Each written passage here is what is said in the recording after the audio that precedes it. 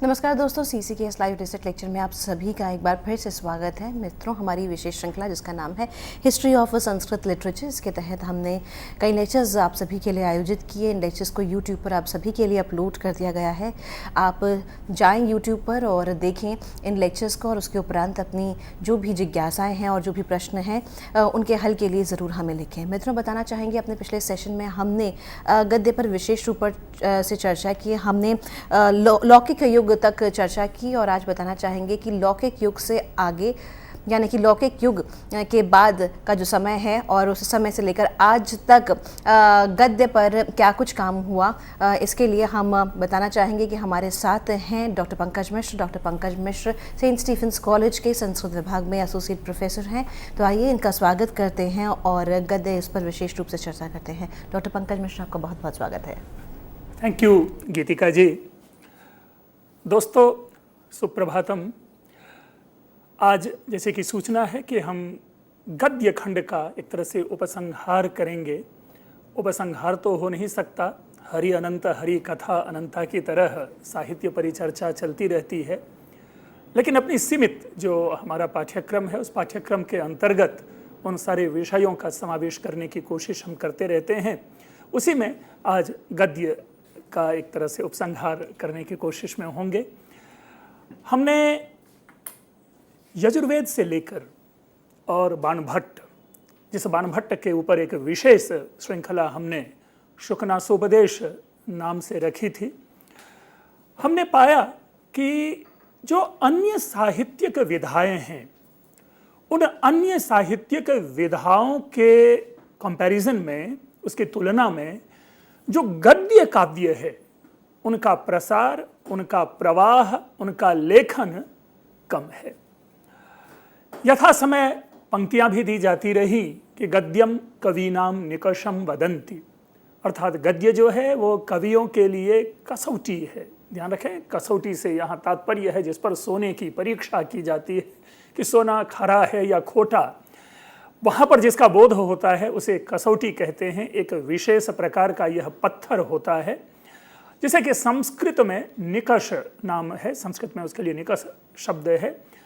और तभी ये मुहावरा चल पड़ी संस्कृत जगत में कि गद्यम कवीनाम निकषम वदंती। अगर कवियों की परीक्षा करनी हो तो वह गद्य है, जहाँ पर कौन सा कवि श्रेष्ठ है या किन में कवित्व अधिक है, या अगर कवित्व है तो किन किन कारणों से वो श्रेष्ठ कवि हैं, तो वहाँ उनकी परीक्षा होती है। इसी तरह हमने तीन प्रमुख गद्य कवियों को जाना, सुबंधु, दंडी और बाणभट्ट। सुबंधु की जो शैली थी वो अनुकरणीय नहीं थी, क्योंकि सुबंधु ने स्वयं अपने काव्य के प्रारंभ में यह कहा कि प्रत्यक्षर श्लेषमय, अर्थात प्रति अक्षर, अक्षर से मतलब हम यहाँ वर्ण ना लेकर के एक एक शब्द की बात करते हैं कि हर एक शब्द जो है वह अपने आप में श्लेष से युक्त है। और अगर श्लेषमय काव्य का निर्माण हो तो जो सहृदय पाठक होते हैं, जो सामान्य पाठक हैं, जो पाठक साहित्य का आनंद लेते हैं, उनके लिए श्लेष के माध्यम से वह आनंद जो है वह दुरूह हो जाता है। इसीलिए ऐसे काव्य को प्रोत्साहन नहीं मिला। यहाँ तक कि महाकाव्य विधा में भी बहुसंधान काव्य परंपरा चली थी, जहाँ पर काव्य पद्य तो एक होता था और उसके साथ साथ दो दो तीन तीन चार चार कहानियों को डालने का प्रयास किया गया। तो यह परंपरा भी सामाजिकों में, पाठकों में, पाठक वर्गों में बहुत अधिक आदर को प्राप्त नहीं हो पाया। तत्पश्चात हम पाते हैं दंडी की शैली। यद्यपि दंडी की शैली की बहुत अधिक सराहना होती है, दंडी स्वयं में एक काव्य समीक्षक थे, तो इसलिए उनको मालूम था कि पाठकों के लिए किस प्रकार के कार्य किए जाएं जिससे कि पाठक आनंद ले सकें। तो इस दृष्टि से जो दशकुमार चरितम है दंडी का, जिसके ऊपर हमने पीछे चर्चा की है, वैदर्भी रीति में लिखा हुआ और बड़े ही सरल और सहज भाव से लिखा हुआ था। लेकिन गद्य की दृष्टि से इस काव्य को भी, इस परंपरा को भी लोगों ने बहुत अधिक नहीं अपनाया, क्योंकि गद्य काव्य विधा में एक ऐसा नाम चल पड़ा कि जिसके लिए आज उपाधि ही चल पड़ी है। जिस प्रकार की हम महाकाव्य जगत में आधुनिक कालिदास कहते हैं, नाट्य जगत में आधुनिक कालिदास कहते हैं, उसी प्रकार गद्य काव्य जगत में भी एक विरुद्ध, एक उपाधि, एक चल पड़ी कवियों के लिए, जहां पर कि अभिनव बाण कहा जाने लगा। अर्थात यदि किसी ने सुंदर भाषा से युक्त और अलंकारों से युक्त, भाव से युक्त अगर गद्य का निर्माण किया है तो उनको हम आज की जो परंपरा है उसे यदा कदा अभिनव बाण कह देती है। बाण की शैली को लोगों ने लाया बाद में, लेकिन बाण के बाद अचानक से हम देखते हैं कि एक ऐसा युग आता है जहां पर कि गद्य लेखन पूरी तरह से बंद सा हो जाता है, गद्य काव्य प्राप्त नहीं होते। अगर आप यूं कहें कि हम 7वीं शताब्दी में बाणभट्ट को लेकर के चलते हैं तो 8वीं शताब्दी, 9वीं शताब्दी आदि में अभिलेखीय गद्य है, भाष्य युक्त गद्य है, लेकिन काव्य में गद्य प्रायशः नहीं पाया जाता है, और यदि पाया भी जाता है तो बड़ा ही दुष्कर है। क्योंकि बाणभट्ट के बाद एक परंपरा सी चल पड़ी थी।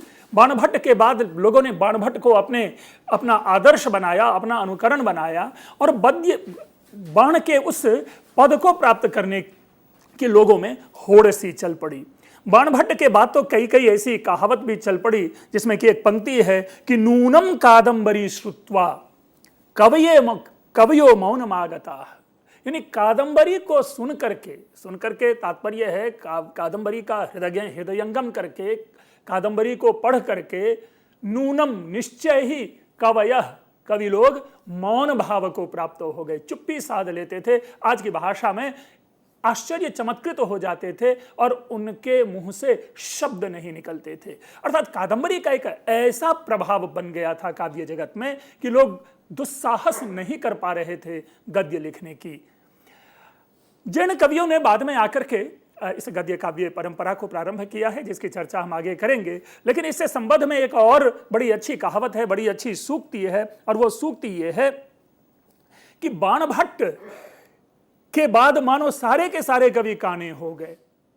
एक बड़े अच्छे कवि हुए हैं वामन भट्ट बाण नाम से, जिन्होंने वेम भूपाल चरित काव्य की रचना की है, गद्य काव्य है। उस गद्य काव्य के प्रारंभ में उन्होंने कहा बड़ी अच्छी, बल्कि एक तरह से कह सकते हैं कि बाण के प्रति आदर भी है और कह सकते हैं कि बाण को एक प्रकार से चुनौती भी है।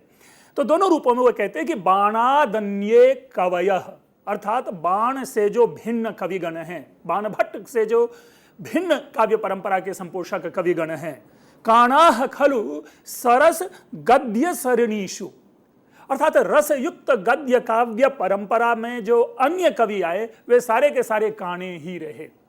हालांकि इसका हमें भाव लेना चाहिए, अर्थात बाण ने जिस प्रकार संसार को देखा उस प्रकार परवर्ती जो गद्य कवि हैं वे बाण के रूप में, बाण को के परंपरा का पालन नहीं कर पाए।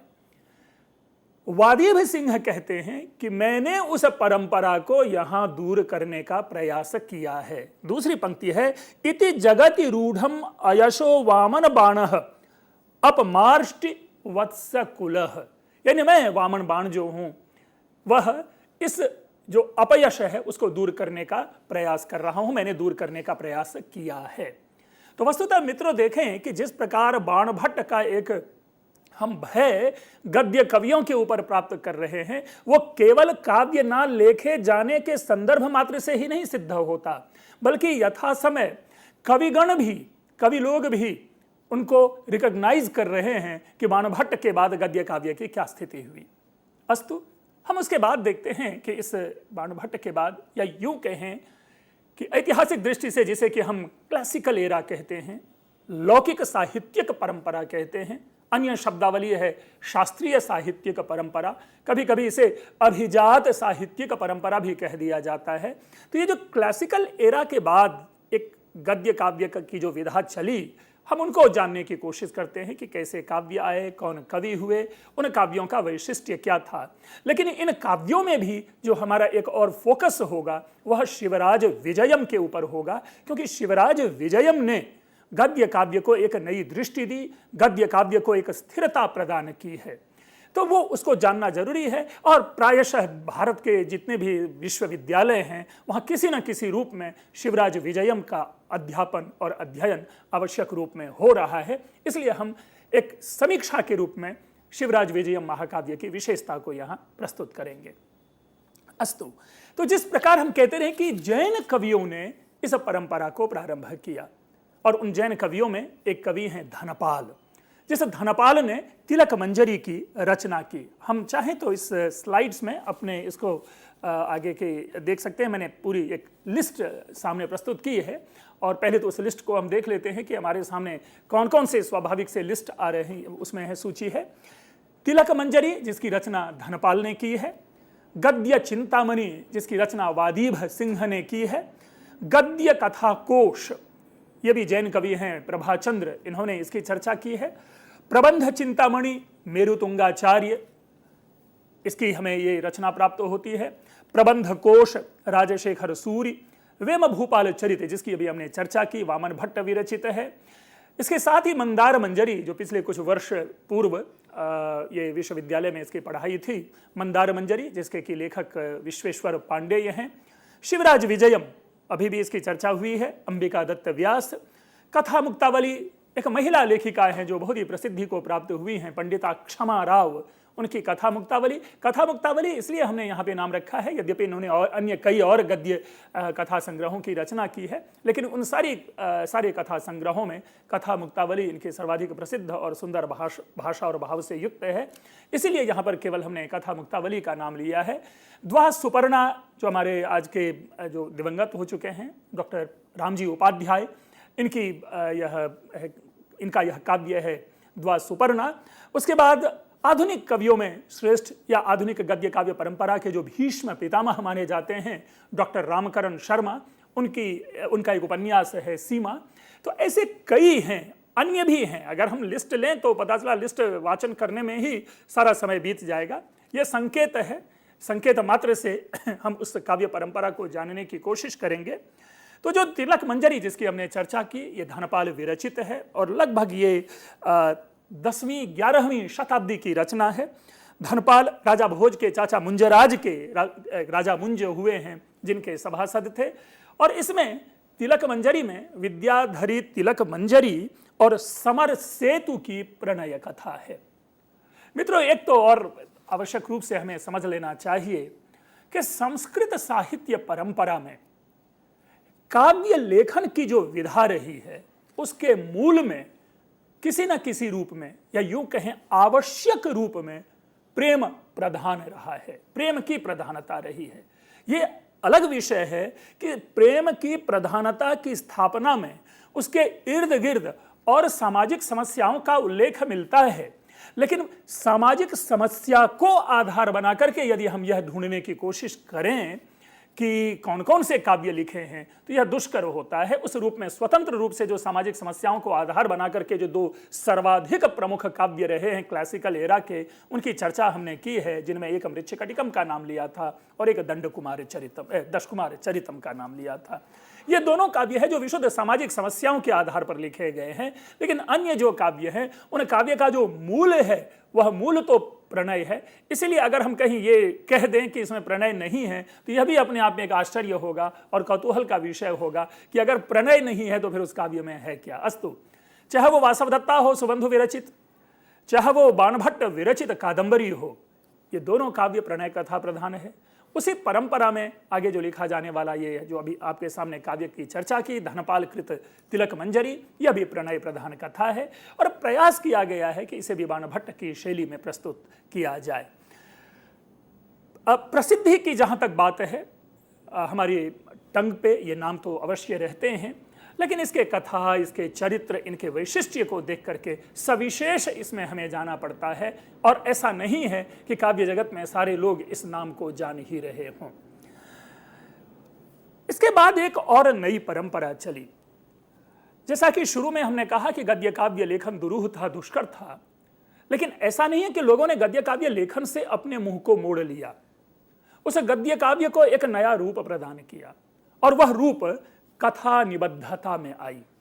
लघु कथा लिखे जाने लगे, लघु कथाओं के माध्यम से उस गद्य का प्रवर्तन होने लगा। अभी जब मैंने पंडिता क्षमा राव की चर्चा की थी और उसके ग्रंथ के नाम की चर्चा की थी कथा मुक्तावली, तो कथा मुक्तावली 11-12 कथाओं का संग्रह है।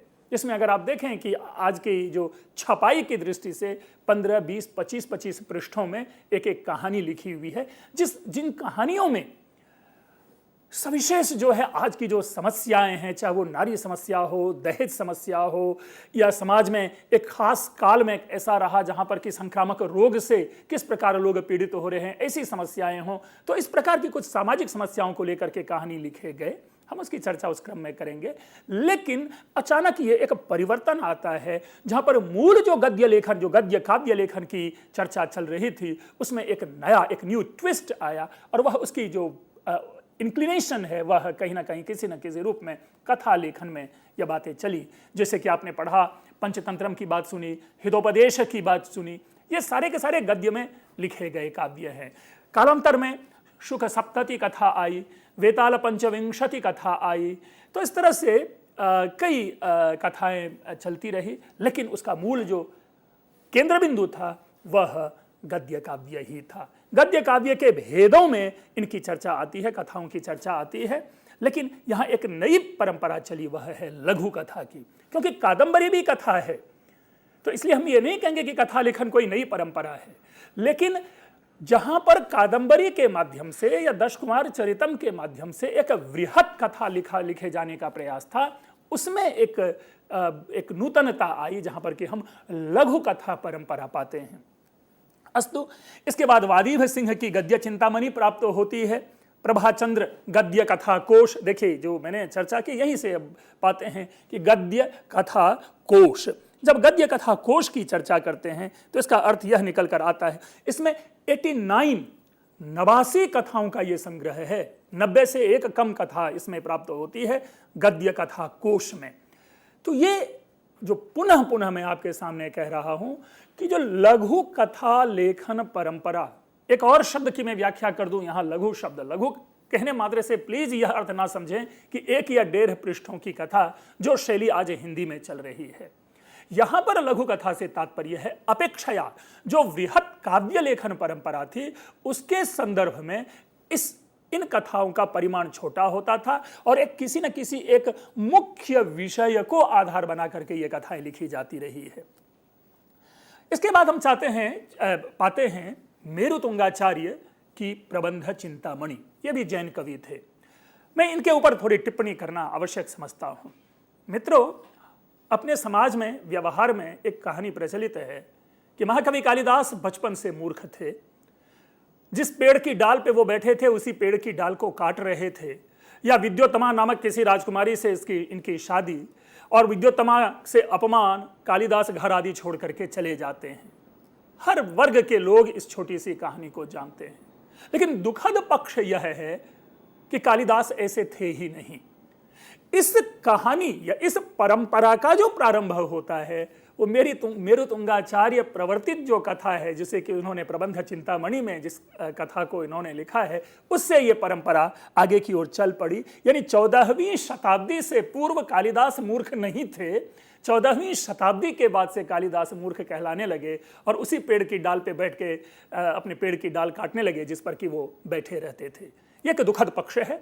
हमारे सामाजिक, हमारा जो बौद्धिक चिंतन है, इसको ये ठेस पहुंचाने वाली बात है कि कोई व्यक्ति इस प्रकार से इसकी अवमानना नहीं हो सकती है। इसके बारे में ऐसी कहानी नहीं समाज में प्रवाद रूप में चलनी चाहिए, जो कि कालिदास स्वयं 4वीं या 5वीं शताब्दी, या अगर और ऐतिहासिक दृष्टि से देखें, किसी भिन्न मत को देखें तो ईस्वी पूर्व के थे, और उनके विषय में यह कहानी कि वे बचपन में महामूर्ख थे, हमें 14वीं शताब्दी को सुनने को मिलती है। वस्तुतः इस प्रबंध चिंतामणि में हो सकता है कि एक नीति की बातें, नैतिक शिक्षा देने की बातें, या जिस प्रकार आज हम कहते हैं करत करत अभ्यासते जड़मति होत सुजान, तो इस परंपरा की, इस कथन की स्थापना में ऐसी कहानियां गढ़ ली गई हों। उस रूप में भले ही कालिदास महामूर्ख रहे हों, लेकिन अगर आप देखें कि किसी भी तार्किक रूप में कालिदास को महामूर्ख कहना ये दुखद पक्ष है, इसे आगे प्रवर्तित नहीं किया जाना चाहिए। अस्तु, तो जिस प्रबंध चिंतामणि की हम चर्चा करते रहे, इस प्रबंध चिंतामणि में कुल 11 प्रबंध हैं, और इनमें महापुरुषों, विद्वानों, कवियों, आचार्यों के जीवन से संबद्ध घटनाओं का वर्णन है। जैसा कि हमने कहा कि यदि कवि उन्होंने महाकवि कालिदास को रखा तो महाकवि कालिदास के जीवन से जो संबद्ध घटनाएं हैं हम यहाँ पर प्रबंध चिंतामणि में पहली बार प्राप्त करते हैं 14वीं 15वीं शताब्दी में। यह एक शोध का विषय है कि क्या 15वीं शताब्दी से पूर्व महाकवि कालिदास मूर्ख थे या नहीं। अस्तु, इसके बाद एक चर्चा आती है वामन भट्ट की वेम भूपाल चरित, जिसकी अभी आपके सामने हमने चर्चा की कि जिसमें इन्होंने यह कहने का प्रयास किया कि जिस बाणभट्ट के आगे सारे के सारे कवि काणे हो गए, उस अपयश को दूर करने के लिए मैं वामन भट्ट ने इस वेम भूपाल चरित नामक गद्य काव्य की रचना की है। तो वहाँ हम पाते हैं इसमें इस वेम भूपाल चरित में यह एक प्रकार से आख्यायिका है और हर्ष चरितम से प्रेरित यह एक गद्य काव्य है। अब इसमें एक और बात ले लें कि वेमपाल जो है, जिसे वेम भूपाल आदि कहते हैं, यह अपने आप में वेम नामक राजा का चरित है, इसीलिए हर्ष चरित रूप में प्रधान यह काव्य हम पाते हैं। इसके बाद एक है मंदार मंजरी, विश्वेश्वर पांडेय जी की रचना है। विश्वेश्वर पांडेय जी अल्मोड़ा के प्रसिद्ध श्रेष्ठ कवियों में आते हैं और वह उस अल्मोड़ा के हैं जहाँ से कि कई सारे हिंदी के बड़े बड़े महाकविगण, बड़े बड़े दिव्य हिंदी के लेखक हुए हैं जिस अल्मोड़ा में, वहीं के विश्वेश्वर पांडेय जी हैं और ये 18वीं शताब्दी के पूर्वार्ध में वहाँ हुए। यद्यपि इन्होंने भी कई काव्यों की रचना की है, समीक्षा जगत में इनके काव्य पाए जाते हैं। इनका ये प्रसिद्ध काव्य है मंदार मंजरी, जिस मंदार मंजरी की भी यदि शैली की बात करें, कुछ लोग तो कहते हैं बाणभट्ट की शैली, लेकिन चूंकि व्यक्तिगत मैंने इसे पढ़ा है और पढ़ाया है, इसलिए मैं हमेशा इसे कहता रहा हूं कि यह भी जो है सुबंधु की शैली, जिस प्रकार वासवदत्ता ने प्रत्यक्षर श्लेषमय कहकर अपने काव्य का प्रवर्तन किया था, उसी प्रकार यह कहने में अतिशयोक्ति नहीं होगी कि विश्वेश्वर पांडेय जी ने भी मंदार मंजरी, जो कि एक प्रणय कथा है, इस प्रणय कथा में प्रत्यक्षर श्लेषमय परंपरा का एक तरह से विस्तार किया है। अस्तु, और यह स्थिति जो होती है कभी भी काव्य विकास में साधक नहीं होती अगर हम उसमें एक ऐसे अर्थ का अन्वेषण करवाएं पाठकों से जहां तक पाठकों की पहुंच ही ना हो, क्योंकि काव्य सद्यः रसानुभूति के लिए होता है। द्रविड़ प्राणायाम के माध्यम से रस का प्रवर्तन नहीं होना चाहिए। लेकिन मंदार मंजरी अन्य परवर्ती गद्य काव्य परंपरा में एक श्रेष्ठ गद्य काव्य के रूप में समादृत है, आदर को प्राप्त है और इसके बाद भी कई अन्य गद्य काव्य लिखे गए। हम जहाँ पाते हैं कि मंदार मंजरी की छाप है, अभी मैं चर्चा करूँगा कि जो अपने शिवराज विजयम के लेखक अंबिका दत्त व्यास हैं, इन्होंने अपने गद्य काव्य का प्रारंभ किया है सूर्योदय वर्णन से, और यह सूर्योदय वर्णन भी जो पूर्ण रूपेण प्रभावित है वो विश्वेश्वर पांडेय के मंदार मंजरी से है, जहाँ विश्वेश्वर पांडेय जी ने भी अपने ग्रंथ के प्रारंभ में सूर्य वर्णन से ग्रंथ का प्रारंभ किया है। और वहाँ जिस प्रकार उपमान है, प्रतिमान है, जो व्यवस्था है या सूर्य के विषय में जो बातें कही गई है, उसी को शिवराज विजयम में अंबिका दत्त व्यास ने अपनी भाषा में रखी है। तो हम ये नहीं कह सकते कि यहाँ उन्होंने वहाँ से सारी बातें ले ली, लेकिन इतना ज़रूर कहते हैं कि विश्वेश्वर पांडेय से कहीं ना कहीं किसी न किसी रूप में अंबिका दत्त व्यास जी अवश्य ही प्रभावित थे।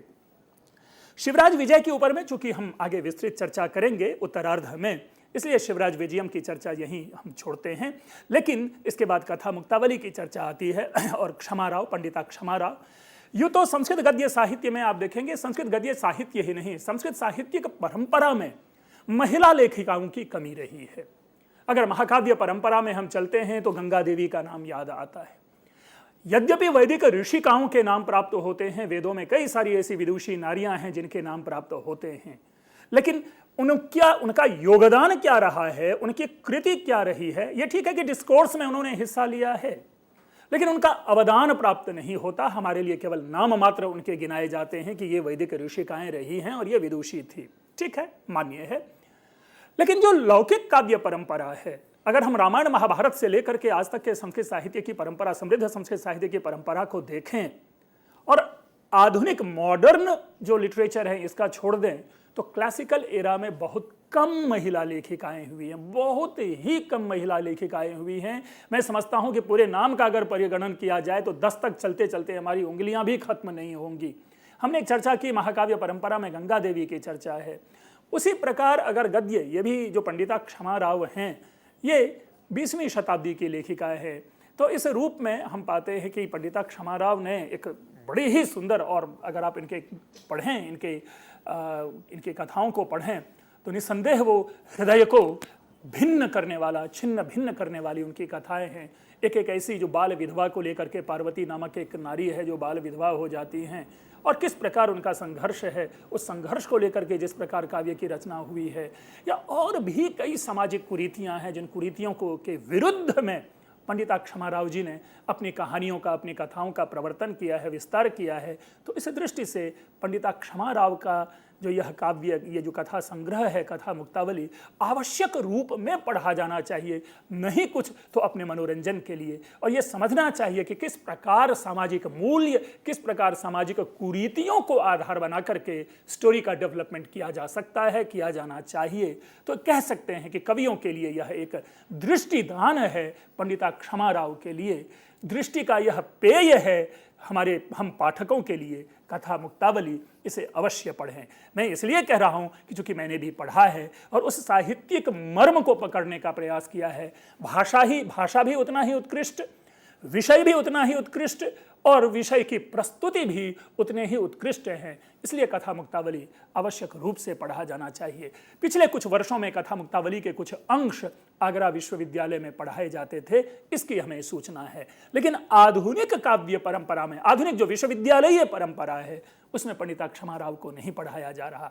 मैं ये कहूँगा कि उसे पढ़ाया जाना चाहिए, इसलिए कि एक महिला लेखिका की दृष्टि हमें अवश्य जाननी चाहिए कि महिलाओं की समस्याओं के विषय में वो क्या सोचती हैं। अस्तु, इसके बाद द्वा सुपर्णा। मित्रों, मेरी हमेशा टिप्पणी रहती है आधुनिक साहित्य को लेकर के। आधुनिक साहित्य में अगर आप वैषयिक सौंदर्य की दृष्टि से बात करें तो मुझे लग रहा है कि यह चिंता का विषय है कि आधुनिक साहित्य का शिल्प उतना सुंदर नहीं है जिसे कि हम कहें कि उत्कृष्ट काव्य के रूप में कोई किसी काव्य की चर्चा आए। देखिए, भाषा है, संस्कृत भाषा जो जानते हैं वो भाषा का निर्माण भी कर ले सकते हैं, लेकिन एक जो विषय की जो बातें हैं, वो विषय क्या होता है कि कहीं ना कहीं से जो समाज में चल रही सामान्य बातें हैं, चाहे वो हिंदी में लिखी हो, चाहे इंग्लिश में लिखी हुई हो, उसी को अपने ढंग से हम संस्कृत में लिख लेते हैं। तो मैं समझता हूं कि मैंने चूंकि द्वा सुपर्णा की चर्चा करनी है। द्वा सुपर्णा यद्यपि कोऑपरेटिव मूवमेंट जब प्रारंभ हुआ था, उस कोऑपरेटिव मूवमेंट को लेकर के ये काव्य बनाया गया। द्वा सुपर्णा ये शब्द जो है वो ऋग्वेद से लिया गया है। एक प्रसिद्ध मंत्र है, द्वा सुपर्णा सयुजा सखाया समानम वृक्षम परिशस्व जाते आदि।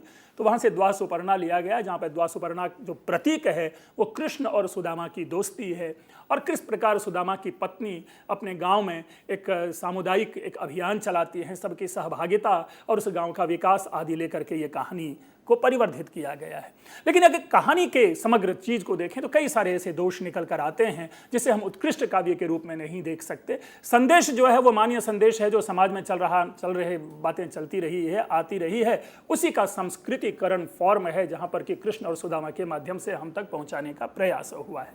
लेकिन यह जरूर है कि द्वा सुपर्णा एक सामान्य अगर 10वीं 12वीं के छात्र भी पढ़े तो उनको वो स्टोरी समझ में आती है, क्योंकि भाषा की दृष्टि से ये अत्यंत ही सरल और सहज गद्य काव्य है। मित्रों, हम इस परंपरा को, अपनी इस चर्चा को आगे बढ़ाते रहेंगे, जहां पर कि स्पेशली हम फोकस देंगे शिवराज विजयम को। हम तब तक के लिए कुछ क्षण मात्र के लिए एक विराम लेते हैं और पुनः आते हैं।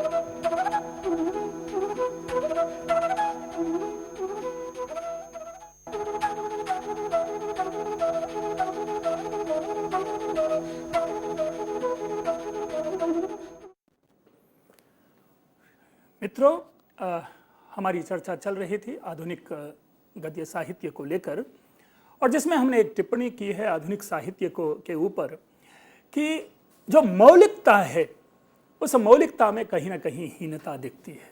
लेकिन इसका यह अर्थ नहीं कि सारे कवियों में ऐसी हीनता है। कुछ बड़े ही सुंदर उत्कृष्ट गद्य काव्य हैं, बड़े ही उत्कृष्ट साहित्य हैं, कई कई हृदय को झकझोरने वाले भी काव्य लिखे गए हैं। इसलिए ऐसी टिप्पणी को सार्वभौमिक न कहकर हमें इस रूप में समझना चाहिए कि जो कवित्व है वो स्वाभाविक रूप में कम प्रकट होकर के संस्कृत साहित्यिक विधा में आ रहा है। एक दिशा सी बन गई है, एक स्थिति सी बन गई है जहां पर कि स्तुति काव्य या जो समकालीन कवि आदि हैं उनको लेकर के सरल उनकी जो जिंदगी है उस जिंदगी को लेकर के हमने संस्कृत के अनुष्टुप छंद में या कुछ छंद में लेकर के गांधी जी के चरित्र को रख दिया, जवाहरलाल नेहरू जी के चरित्र को रख दिया, इंदिरा गांधी जी के चरित्र को रख दिया, या अन्य जो भी समकालीन श्रेष्ठ पुरुष हैं उनको आधार बना करके हमने काव्य का निर्माण कर लिया। काव्य निर्माण करना या पद्य निर्माण करना कोई दोष नहीं है, लेकिन अगर उसका सामंजस्य पाठकों से सीधा नहीं हो पाता, अगर पाठक को यह लगे कि यह पिष्ट पेषण है, तो वह काव्य काव्य नहीं होता। यहां तक कि ऐसा कभी कभी तो ऐसा लगता है कि पूरा का पूरा अनुवाद ही करके हमारे सामने प्रस्तुत कर दिया गया हो। अस्तु, ये आधुनिक हो सकता है कि कई ऐसी सुंदर स्थितियां बनेंगी जहां पर कि एक स्वतः कवित्व भी प्रकट होकर के आए।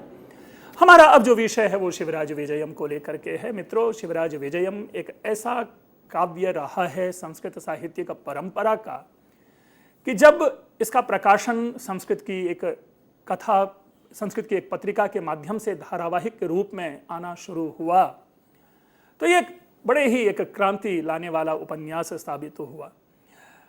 इसके पीछे मैं पृष्ठभूमि में एक कहानी सुना दूं कि पंडित अंबिका दत्त व्यास और भारतेंदु हरिश्चंद्र एक ही साथ एक टोली के सदस्य थे, बल्कि कह सकते हैं कि कुछ जूनियर भारतेंदु हरिश्चंद्र से कुछ कनिष्ठ थे अंबिका दत्त व्यास जी, लेकिन वो उन्हीं की टोली में रहते थे।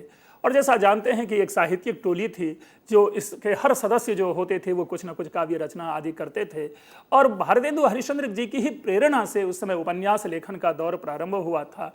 उसी से प्रभावित होकर पंडित अंबिका दत्त व्यास ने शिवराज विजयम की रचना की। शिवराज विजयम जैसा कि नाम से ही स्पष्ट है, यहाँ शिवराज शब्द से तात्पर्य है शिवाजी, और विजयम यानी शिवाजी का विजय, अर्थात दूसरे शब्दों में यह भी एक आख्यायिका रूप गद्य काव्य है। लेकिन इसे नाम दे दिया गया उपन्यास का।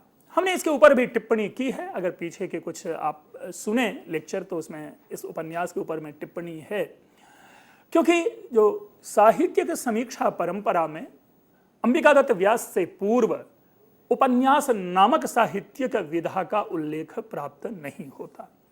उपन्यास शब्द प्राप्त होता है जो बंध के रूप में है, लेकिन उपन्यास साहित्यिक विधा के रूप में प्राप्त नहीं होता। स्वयं अंबिका दत्त व्यास ने अपने इस शिवराज विजयम को उपन्यास कहा है, और उसके बाद से इस उपन्यास के लक्षण, इस उपन्यास की परिभाषा, इस उपन्यास के ऊपर में टिप्पणी की साहित्यिक परंपरा चली। अंबिका दत्त व्यास जी अपने इस गद्य काव्य के विषय में स्वयं देखें क्या कहते हैं कि उपन्यास पदे नापि तदेव परिकथ्यते यथा कादंबरी यद्वा शिवराज जयो मम। देखिए, एक चीज ध्यान रखेंगे कि अंबिका दत्त व्यास जी ने भी सद्य या डायरेक्ट या स्ट्रांगली इन्होंने ये नहीं कहा कि यह मेरा उपन्यास है, बल्कि इन्होंने भी एक सांकेतिक रूप में कहा है कि उपन्यास पदे नापि, अर्थात जो मैं लिख रहा हूं, जिस काव्य ग्रंथ की रचना कर रहा हूं, उसे आप उपन्यास पद से भी कह सकते हैं। अर्थात लिख तो रहा हूं गद्य काव्य, लेकिन आप पाठक यदि चाहें तो इसे उपन्यास भी कह सकते हैं। संस्कृत के दो प्रत्यय एव और अपि। एव जहां निश्चयात्मक होता है कि यही है, अर्थात सारे विकल्पों का विनाश कर देता है, तो एव का इन्होंने प्रयोग नहीं किया, अपि का प्रयोग किया, जो कि कई विकल्पों की चर्चा करता है। यानी आप इसे यह भी कह सकते हैं और यह भी कह सकते हैं। एक प्रकार से यह जैन दर्शन का स्याद्वाद है। तो अंबिका दत्त व्यास जी भी स्वतंत्र रूप से दृढ़तापूर्वक अपने इस काव्य को उपन्यास नहीं कह रहे, लेकिन पुनः यह परंपरा चल पड़ी और इस परंपरा में शिवराज विजयम को उपन्यास की संज्ञा प्राप्त हुई। और जैसा हमने कहा कि परवर्ती जितने भी साहित्य समीक्षा ग्रंथ लिखे गए उसमें उपन्यास के लक्षण किए गए। प्रोफेसर राधावल्लभ त्रिपाठी जी ने भी अपने जो अभिनव जो कह सकते हैं जो साहित्य ग्रंथ लिखा है उसमें इन्होंने उपन्यास का लक्षण दिया है।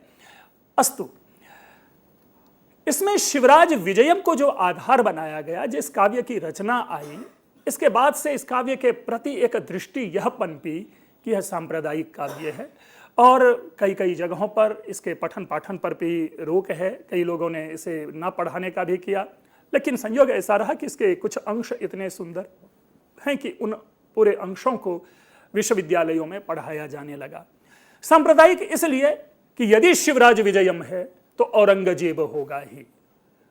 न्याय दर्शन में वो परंपरा है, यत्र यत्र धूम्रः तत्र तत्र वह्निः, जहां जहां धुआं वहां वहां आग।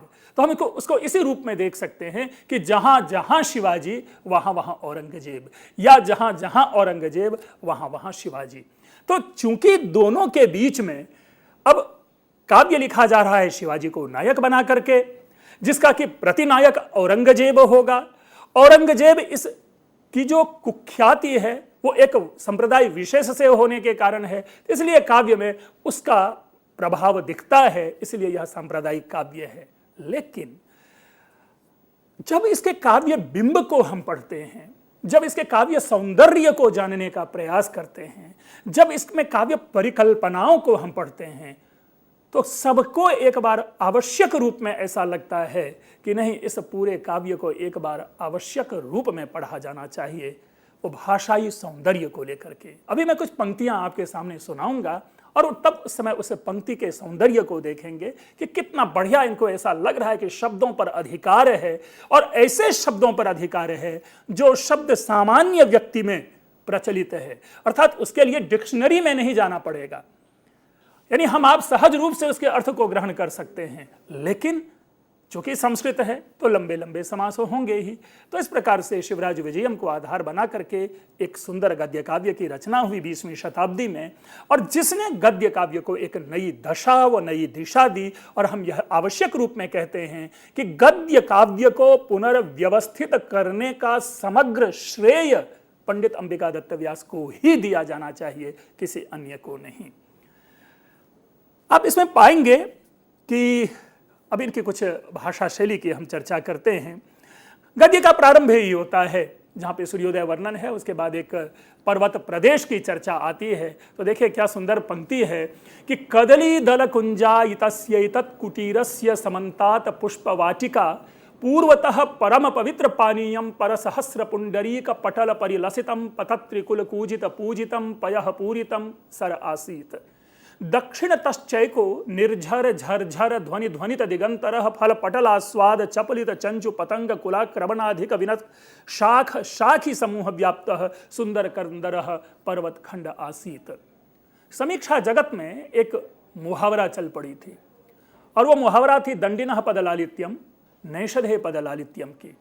जब पदलालित्य की प्रशंसा होती है तो इसका साक्षात संबंध भाषा से है, जो बाह्य जो स्वरूप है भाषा का, उससे पदलालित्य का संबंध बन उठता है जब यह मुहावरा प्रयोग में लाया जाता है। क्यों ना ऐसी पंक्तियों को देख करके हम व्यासे पदलालित्यम की भी चर्चा करें। आप देखेंगे क्या है, निर्झर झरझर ध्वनि ध्वनित, ऐसे जो सुंदर सुंदर शब्द है। और कदली दल, कदली में दल और फिर आगे दल, कदली यानी केला और दल यानी पत्ते, केले के पत्ते। कुंजायितस्य अर्थात झुरमुट बने हुए, एतत् कुटीरस्य इस कुटिया के, समन्तात चारों ओर, पुष्पवाटिका पुष्प का उद्यान है। और प से देखेंगे किस प्रकार अनुप्रास की छटा चलती है कि पूर्वतः परम पवित्र पानीयम, अर्थात पूर्व दिशा में, उस कुटिया की पूर्व दिशा में क्या है, अत्यंत पवित्र एक सरोवर है, जल स्रोत है, जो परसहस्र यानी हजारों पुंडरीक, पुंडरीक यानी श्वेत कमल, व्हाइट लोटस से पटल परिलसितम, उससे सुशोभित है। मूल विषय यह है कि एक तो दृश्य चित्र हमारे सामने उपस्थित किया जा रहा है, और साथ ही जो भाषा का जो एक अनुप्रासिक एक जो नाद है, एक जो ध्वनि है, वो हमारे कानों में मानो एक मधुर एक मिठास जो है वो घोल रहा होता है। इसकी जो भाषाई जो प्रस्तुत प्रदर्शन है वह। तो इसीलिए कालांतर में अंबिका दत्त व्यास को अभिनव बाण कहा गया। अभिनव बाण इसलिए कहा गया कि जब हम बाणभट्ट की भाषा शैली को देखते हैं तो एक अत्यंत ही सुंदर दृश्य चित्र वो अपनी भाषाओं से हमारे सामने प्रकट करते हैं, जिसकी चर्चा पिछले लेक्चर्स में आप पाएंगे। और उनमें भी यही एक कह सकते हैं कि सानुप्रास भाषा पाई गई, इसीलिए लोगों ने इसे अंबिकादत्त व्यास को आधुनिक बाणभट्ट कहा। बाणभट्ट भी पांचाली रीति के कवि हैं, अंबिकादत्त व्यास में भी पांचाली रीति है। बाणभट्ट ने अपनी गद्य शैली में 3 विशेष प्रकार की शैली का प्रयोग किया है, जिसमें एक है उत्कलिका, एक है आविद्ध, एक है चूर्णक। हम यहाँ पर उत्कलिका शैली के संदर्भ में केवल बाणभट्ट को देखने की कोशिश कर रहे हैं। अब देखिए क्या कह रहा है, पारस्परिक विरोध विशिथिलीकृत स्नेह बंधनेषु राजसु भामिनी भ्रूभंग भूरि भाव प्रभाव पराभूत वैभवेषु भटेषु महामदो यवनः ससेनः प्राविशत भारते वर्षे। अब ये जो पंक्ति है इसमें आप पाएंगे कि तो लंबे समास हैं कि पारस्परिक विरोध विशिथिलीकृत स्नेह बंधनेषु, और उसके बाद भी राजसु के बाद एक और शब्द आता है भामिनी भ्रूभंग भूरि भाव प्रभाव पराभूत वैभवेषु। आप इसमें भ और व का सौंदर्य देखिए कितना सुंदर है, लेकिन यह एक लंबा समास बनता है, और जहां लंबे लंबे समास होते हैं वहां पर उत्कलिका शैली मानी जाती है। तो इस रूप में यहां पर उत्कलिका शैली का प्रभाव है। एक और सुंदर सा उदाहरण देखते हैं अनुप्रास का, जब वो शिवराज विजयम में जो नायक शिवाजी है उस नायक शिवाजी की विशेषता बताता है। तो देखिए कहते हैं वीरता सीमंतिनी सीमंत सुंदर सांद्र सिंदूर दान देदीप्यमान दोरदंड। आखिरी जो पंक्ति है 2, वीरता सीमंतिनी सीमंत सुंदर सांद्र सिंदूर दान देदीप्य मान दोरदंड। अब इसके भाव को समझते हैं। भाषा तो आ रही है समझ में कि स स म न त आदि ऐसे शब्दों की पुनरावृत्ति है, इसलिए अनुप्रास अलंकार है। लेकिन जरा इसके भाव को भी देखिए। दोरदंड का मतलब है लंबी भुजाओं वाला, अर्थात शिवाजी लंबी और मजबूत भुजाओं वाले थे। लेकिन उस भुजा की विशेषता देखिए कि उस भुजाओं की ताकत क्या है। वीरता को इन्होंने यहां पर नायिका माना है, अर्थात मानो कि नायक शिवाजी की नायिका कौन है, वीरता। स्त्रीलिंग शब्द है वीरता, इसलिए नायिका है। वीरता सीमंतिनी, सीमंतिनी का अर्थ है नारी, जो जिसके लिए मैंने नायिका शब्द प्रयोग किया। सीमंतिनी किसे कहा जाता है, जिनकी मांगें होती है तो मांग को कहा जाता है सीमंत, और जिसकी सीमंत होती है उसको सीमंतिनी कहा जाता है। तो वीरता सीमंतिनी अर्थात वीरता रूपी नायिका की सीमंत मांग में सुंदर सांद्र यानी घना, सुंदर और घना सिंदूर देने के कारण चमकने वाले भुजाओं वाले शिवाजी। तो वस्तुतः इसके माध्यम से शिवाजी की वीरता की स्थापना की जा रही है कि शिवाजी में मानो कि वीरता जो है वो अन्योन्य रूप में विद्यमान था, एक छाया रूप में वीरता उनमें थी। वीरता समवाय संबंध से शिवाजी का परिचय देता था। लेकिन जिस प्रकार उस कथन की प्रस्तुति एक भाव और भाषा में बांध करके अंबिकादत्त व्यास ने दी है वही प्रशंसनीय है। इसीलिए अंबिकादत्त व्यास जी अभिनव बाण कहे जाते हैं। इनके काव्यों में भारत की बड़ी ही एक तात्कालिक दशा अगर हम पाएं, तात्कालिक दशा से क्या है, जब विदेशियों का आक्रमण हमारे ऊपर हुआ और किस प्रकार विदेशियों ने हमारी संस्कृति के साथ छेड़खानी की है, किस प्रकार हमारे जो स्व है, अस्तित्व है, अस्मिता के ऊपर प्रहार किया है, उसका सुंदर एक आप देखें कि यहाँ पे चित्र प्रस्तुत किया जा रहा है।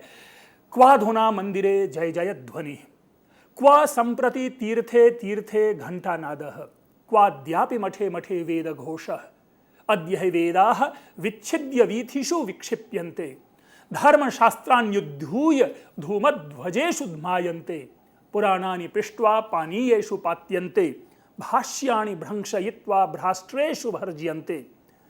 वस्तुतः देखें कि किस प्रकार उस काल में जो एक दशा सी बन गई थी, कह सकते हैं कि जो भारतीयों की जो एक अस्मिता थी उसको किस प्रकार कुचला गया था, उसका चित्र यहां पर देखें। कह रहे हैं कि क्वा अधुना मंदिरे मंदिरे जय जय ध्वनि, मंदिरों में अब कहां वो जय जयकार की ध्वनि सुनाई पड़ रही। क्वा संप्रति तीर्थे तीर्थे घंटानाद, भारत के विभिन्न तीर्थ स्थलों में अब कहां वो घंटानाद सुनाई पड़ रही है। और क्व अद्यापि मठे मठे वेद घोषः, मठों में आज वेदोच्चारण कहाँ प्राप्त हो रहा है? क्यों नहीं प्राप्त हो रहा है? तो कह रहे हैं अद्य ही वेदाः विच्छिद्य वीथिषु विक्षिप्यन्ते, कि आज वेदों को फाड़ करके गलियों में फेंके जा रहे हैं। धर्मशास्त्राणि उद्धीय, धर्मशास्त्रों को उड़ा करके धूमत ध्वजेषु ध्मायन्ते, आग में जलाए जा रहे हैं, झोंके जा रहे हैं। पुराणानि पिष्ट्वा, पुराणों को पीस पीस करके पानी येषु पात्यन्ते, पानी में गिराए जा रहे हैं। और भाष्याणि भ्रंशयित्वा, जो भाष्य लिखे गए सुंदर सुंदर जो कमेंट्रीज की गई ग्रंथों पर, उनको मानो भ्रष्ट करके भ्राष्ट्रेषु भर्ज्यन्ते, भाड़ में झोंके जा रहे हैं। अब ये चित्र उन्होंने प्रस्तुत किया है उस काल का, जिस काल में विदेशियों का आतंक हमारे ऊपर था, हम विदेशियों की बर्बरता के नीचे पल बढ़ रहे थे। तो मानो कहीं ना कहीं किसी न किसी रूप में उस प्रकार के लोगों में एक कह सकते हैं कि अहं का भाव फूकने के लिए भी इस काव्य ने, स्वतंत्रता का संघर्ष चल रहा था, ये योगदान दिया था। एक और छोटी सी एक चर्चा देखते हैं, एक शब्द चित्र यहाँ देखते हैं जो बड़ा ही सजीव चित्रण है। वो कहते हैं क्वचिदार्तनादः, क्वचिद रुधिरधाराः, क्वचिदग्निदाहः, क्वचिद गृहनिपातः इत्येव श्रूयते अवलोक्यते। अंबिकादत्त व्यास जी कहते हैं कि मैं क्या अधिक वर्णन करूं। कहीं पे आर्तनाद, आर्तनाद यानी बचाओ बचाओ, त्राही त्राही, चीत्कार सुनाई पड़ रही है। तो क्वचित रुधिर धारा, और कहीं पे खून की धाराएं बह रही है। क्वचित अग्निदाह, कहीं अग्निदाह हो रहा है, सेल्फ इमोलेशन, जो आत्मदाह कर रहे हैं या घरों में आग लगाए जा रहे हैं।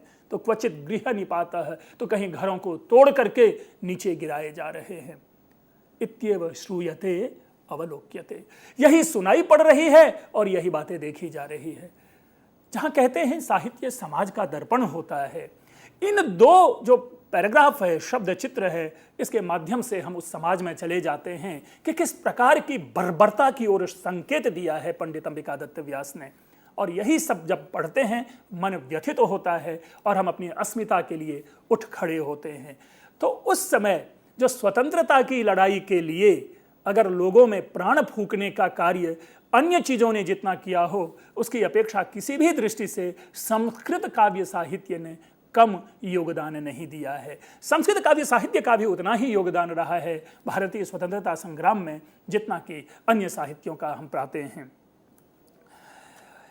एक बड़ा ही सुंदर एक प्रकृति वर्णन है जो मुझे वास्तविक रूप में बहुत ही सुंदर लगता है, और यहाँ पर रात्रि का वर्णन है। इस रात्रि वर्णन में रात्रि को नायिका और नायिका के माथे पर जो तिलक होता है उसे माना गया है चंद्रमा को, यानी नायिका रूपी जो माथा है, ललाट है, चंद्रमा जो है उसके ऊपर में वह तिलक रूप में है। हम आगे इसकी चर्चा, पूरा लंबा सा एक वाक्य है उसको पढ़ते हैं, फिर चर्चा आएगी कि भगवन श्रूयताम यदि कुतूहलम।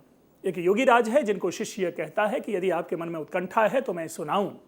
ह्यः संपादित सायंतन कृत्ये अत्रैव कुशास्तरणमधिष्ठिते मयि परितः समासीनेषु छात्रवर्गेषु धीर समीर स्पर्शेन मंद मंद मांदोल्यमानासु व्रततिषु समुदिते यामिनी कामिनी चंदन बिंदा विवेन्दौ, समुदिते यामिनी कामिनी चंदन बिंदा विवेन्दौ कौमुदी कपटेन सुधाधारामिव वर्षति गगने कैरव विकास हर्ष प्रकाश मुखरेषु चंचरीकेषु अस्पष्टाक्षरम कंपमान निश्वासम श्लथत कंठम घर घरितस्वनम चीत्कार मात्रम दीनतामयमत्यवधान श्रव्यत्वादनुमित दविष्ठितम क्रंदनमश्रौषम। वस्तुतः शिष्य यहाँ पर एक दुर्घटना का वर्णन कर रहा है जिसमें एक छोटी सी बच्ची का अपहरण कर लिया है किसी भिन्न संप्रदाय के एक कह सकते हैं बदमाश ने, और वो बच्ची उससे किसी न किसी रूप में छूट करके इसी आश्रम के इर्द गिर्द कहीं जो है झाड़ी में फंसी या ये है।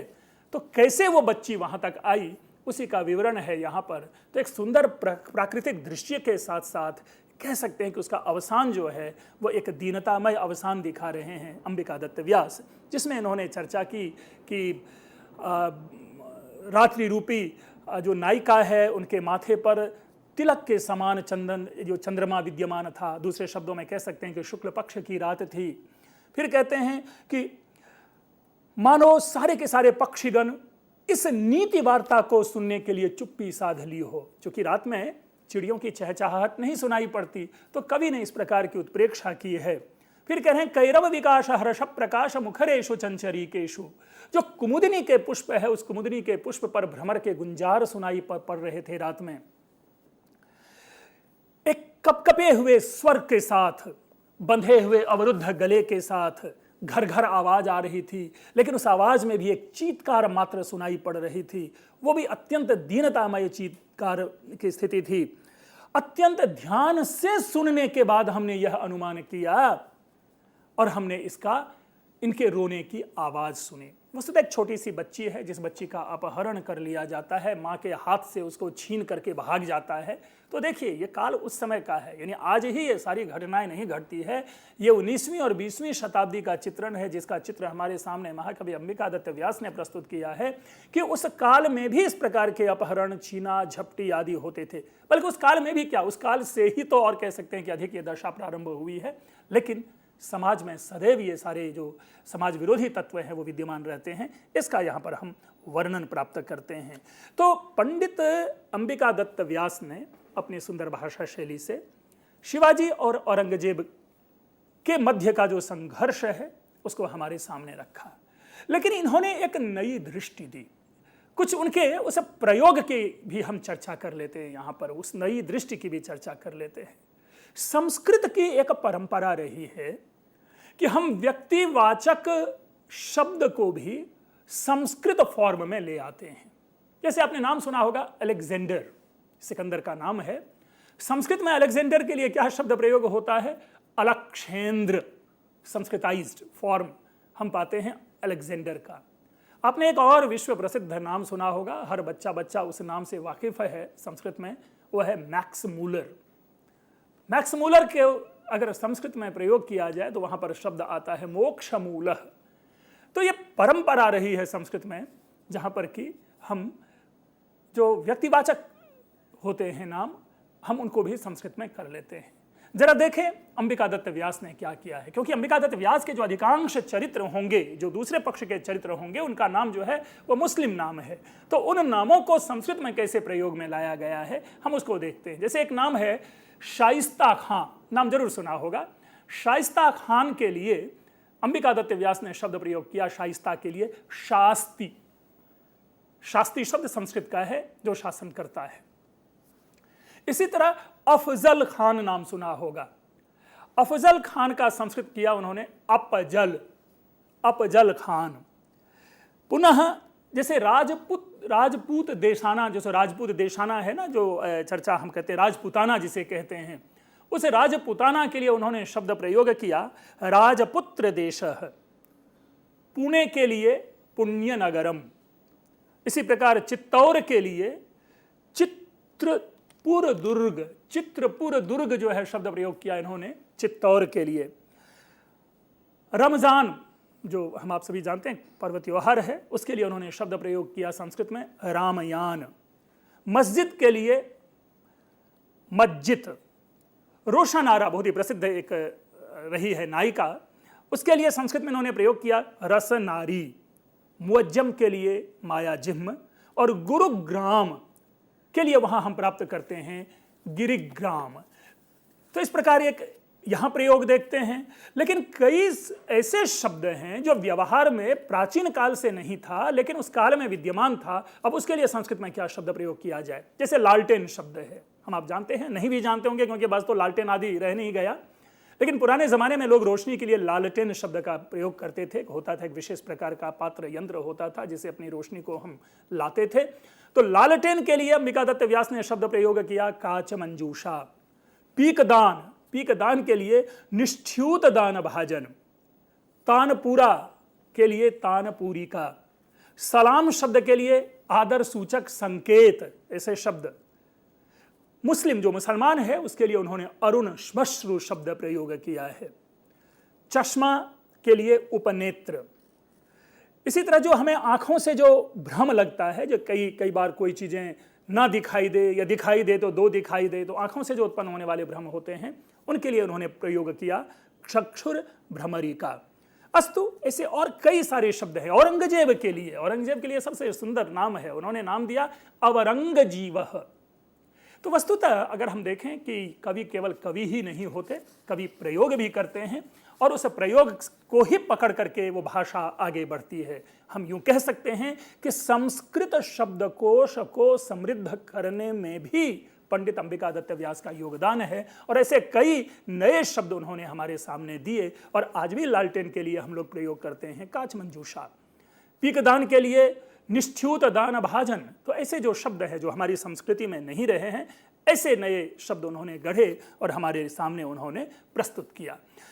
मित्रों, तो इस प्रकार ये हमने देखा कि इसके बाद भी कई, आप इससे पूर्व के है बड़ा ही प्रसिद्ध है भोज प्रबंधम, जो कि मेरुतुंगाचार्य के समान जो है वो काव्य है, प्रबंध चिंतामणि की तरह ही वह भी काव्य है, जहाँ पर कि एक ही जगह पे कई सारे आगे पीछे के कवियों का सम्मेलन दिखाते हैं। बोधायन जो कि उनके रचयिता हैं। हम समस्त रूप में अभी भी यह कह पाने में सक्षम हैं कि संस्कृत गद्य काव्य जो लेखन है उस लेखन में अभी भी न्यूनता है। यद्यपि शिवराज विजयम की रचना के द्वारा एक पुनरुज्जीवित करने का प्रयास हुआ है गद्य काव्य को, बाद में इसी शैली में पद्मिनी नामक काव्य की रचना हुई, जो प्रायशः इसी शैली में वह काव्य है, पढ़ा जाना चाहिए, बहुत ही सुंदर काव्य है। लेकिन जो बाणभट्ट वाली भाषा है वो भाषा धीरे धीरे छूट रही है, हमारे समाज की सहभागिता उसमें कम हो रही है। हम आज भी देख पा रहे हैं कि हमारी जो आज भी प्राचीन लेखन विधा है वो पुराने को ही पकड़ करके बैठे हुए हैं। यद्यपि महाकाव्य लेखन में या काव्य लेखन में, पद्य लेखन में परिवर्तन आए हैं, गद्य लेखन में अभी उस परिवर्तन की अपेक्षा है। अस्तु, जैसा मैंने शुरू में कहा था, हरि अनंत हरि कथा अनंता, ये जो गद्य काव्य हैं ये ऐसा नहीं है कि यहीं पे इतिश्री हो रहा है। हम इसे अपने पढ़ने, अपने अध्ययन अध्यापन का विषय और आगे बढ़ाते रहना चाहिए। कई भी ऐसे और सुंदर सुंदर गद्य काव्य है जिसकी चर्चा यहाँ संभव नहीं हो पाई समय के अभाव में। आगे कभी और अवसर प्राप्त होगा तो हम इसे जरूर करेंगे। लेकिन यदि आप सूक्ष्मतापूर्वक, सूक्ष्मता से किसी बात को प्रस्तुत करने की विधा अगर जानना चाहें तो संस्कृत गद्य काव्य में जाएं और देखें किस प्रकार हमारे मनोभावों का चित्रण, हमारे मनोभावों का विश्लेषण इन कवियों ने अपने लेखन में किया है। मित्रों, मैं समझता हूँ कि गद्य काव्य की जो चर्चा हमने प्रारंभ की थी, लगभग कुल मिलाकर के 5 लेक्चर गद्य काव्य पे हुए, उनको समग्र रूप से अगर आप मिला करके देखेंगे तो संस्कृत साहित्य में जो गद्य काव्य की एक परंपरा है उसका चित्र आपके सामने उपस्थित होगा, जिसे कई सारे प्रश्न उत्पन्न होंगे। और जब प्रश्न उत्पन्न होते हैं तो वो समस्या बनती है, और जब समस्या बनती है तो उसके समाधान का प्रयास होता है, और जब समाधान का प्रयास आप ढूंढेंगे तो आपके पास एक ही समाधान है कि आप इस माध्यम से, इस जो प्रस्तुति है अभी, इस लेक्चर जो श्रृंखला, इस माध्यम से समाधान पा सकते हैं। बस इसी शुभकामना के साथ आज का यह लेक्चर यहीं खत्म करते हैं। धन्यवाद। और हम धन्यवाद देना चाहेंगे डॉक्टर पंकज मिश्र को, जिनके माध्यम से हमें हर बार कुछ नया सीखने के लिए मिलता है। और आज तो हमें एक प्रकार से एक ग्लॉसरी मिल गई। मैं उम्मीद करती हूँ कि जितने भी छात्र छात्राएं इस लेक्चर को देख रहे हैं, मन में कहीं भी अगर कोई त्रुटि हो और या ये लगे कि कुछ समझ में नहीं आ रहा है, तो मित्रों उसके लिए हम यही चाहेंगे कि आप हमें लिख भेजें। हमारी ईमेल ID है info.cc@nic.in। आपके प्रश्नों के उत्तर हम ज़रूर देंगे जब अगली बार डॉक्टर पंकज मिश्र हमारे स्टूडियो पहुँचेंगे। तो मित्रों, हम यही चाहेंगे कि यूट्यूब के माध्यम से भी आप हमें देखें और हमें लिखते रहें। आपसे पुनः मुलाकात होगी, तब तक आप सभी को नमस्कार।